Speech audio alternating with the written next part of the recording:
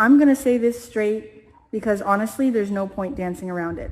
Kat choosing to push forward with influence instead of fear is exactly the kind of move that separates someone who reacts to problems from someone who rewrites the game entirely. And I feel like that moment right there tells me everything I need to know about who Kat really is. Kat wanted to celebrate. That matters. People overlook that detail, but I don't, because celebration means momentum. It means they've just closed a deal, they've earned something, they've proven their worth in a space that doesn't hand out wins easily. And in my opinion, when someone interrupts that moment like Chelsea did, it's not just about timing, it's about mindset. But here's the thing, I don't blame Chelsea, not even a little. I think Chelsea represents that part of all of us that has been burned before. The cautious voice, the one that says, wait, let's secure this before we allow ourselves to feel good.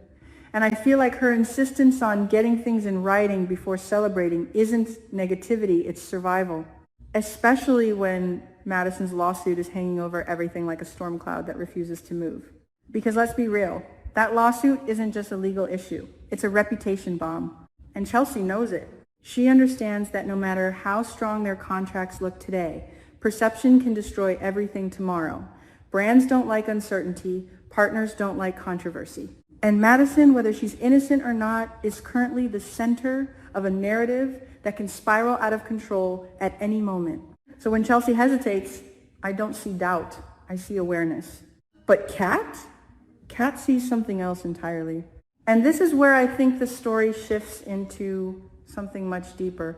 Kat doesn't deny the problem. She doesn't ignore the lawsuit. She doesn't even try to downplay Chelsea's concerns. Instead, she reframes the entire situation. And I think that's what makes her dangerous in the best possible way. Because in her mind, influence isn't something you protect, it's something you use. She literally looks at the situation and says, we are public figures. We have reach. We have a voice. So why are we acting like victims of the narrative instead of the authors of it? That mindset, that's power. And I feel like a lot of people underestimate how strategic that actually is. Kat isn't just being optimistic. She's being calculated. She understands that in a world driven by perception, controlling the conversation is often more important than controlling the facts. Now, I could be wrong, but I think what Kat is proposing is both brilliant and incredibly risky at the same time. Because taking Madison's situation online, calling for public opinion, trying to prove her innocence in the court of public perception, that's not a neutral move. That's stepping into chaos and hoping you can shape it. And the truth is, the internet doesn't reward nuance. It amplifies emotion. So while Kat sees an opportunity to rally support, I also see the potential for backlash. Because once you invite the public in, you don't get to control how they interpret things. People will pick sides. People will twist narratives. People will project their own biases onto Madison's situation. And suddenly, it's no longer just about whether Madison is innocent. It's about who tells the better story. That's why I think Chelsea's hesitation still matters, even after Kat's plan is on the table. Because Chelsea isn't just worried about the contract, she's worried about losing control of the narrative completely. But here's where I fully align with Kat. Because doing nothing, that's worse. Silence allows other people to define you. Silence lets rumors become truth simply because they're the only version being heard.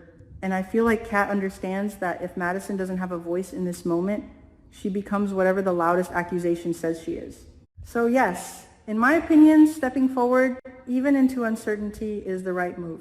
But let's not pretend it's a clean solution, because this strategy only works if two things happen at the same time. First, the message has to be authentic.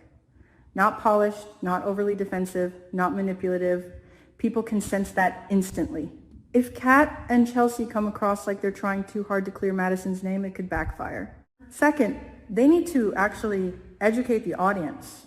And this is the part that I think carries real value beyond the drama. Kat isn't just trying to defend Madison. She's trying to explain why Madison's research matters, why it shouldn't be delayed, why it could benefit society. And I feel like that shift from defense to purpose is what gives their plan depth. Because when you make something bigger than the scandal, you give people a reason to care beyond the gossip. And honestly, I think that's the smartest move in the entire situation. Now, let's talk about Madison herself. because the lawsuit raises two possibilities, and I think both of them change how we interpret everything. The first possibility, that this is coming from Madison's own mother, is emotionally complex. That kind of conflict isn't just legal, it's deeply personal. It suggests history, tension, maybe even unresolved resentment. And if that's the case, then this situation isn't just about clearing Madison's name. It's about understanding the emotional damage underneath it. The second possibility, that someone like Alien or a competitor is targeting her, shifts the story into something more strategic, even predatory.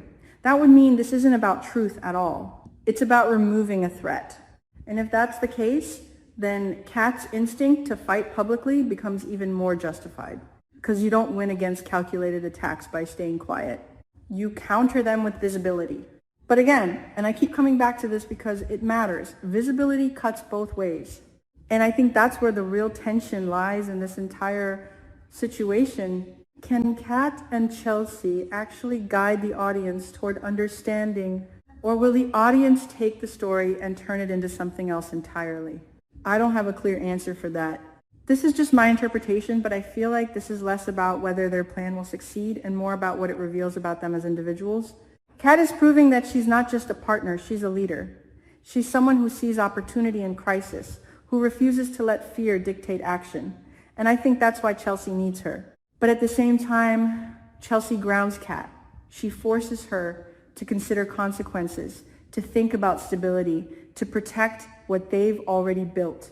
And in my opinion, that balance is exactly why they work.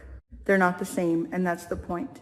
They challenge each other in ways that make them stronger, not weaker. And then there's the emotional layer that I can't ignore. Because Kat isn't just doing this for business. She wants Chelsea to be happy. She wants Madison to be free from this situation. She's not separating personal loyalty from professional strategy. She's blending them together. And that's risky, but it's also human. And I think that's why I'm rooting for her. Not because I believe everything will go perfectly. I don't. I think there will be backlash. I think there will be misunderstandings. I think there will be moments where this plan feels like it's falling apart. But I also think that intention matters. And what Kat and Chelsea are trying to do, using their platform to defend someone, to educate people, to shift a narrative that has real weight. So yeah, I support Kat completely, but not blindly. Because I feel like this situation is going to test them in ways they don't fully expect yet. It's going to challenge their influence, their partnership, and their ability to control something that is inherently uncontrollable. And if they can navigate that, then this isn't just about saving Madison. It's about proving that influence, when used with purpose, can actually change outcomes. Or at least, that's what I think.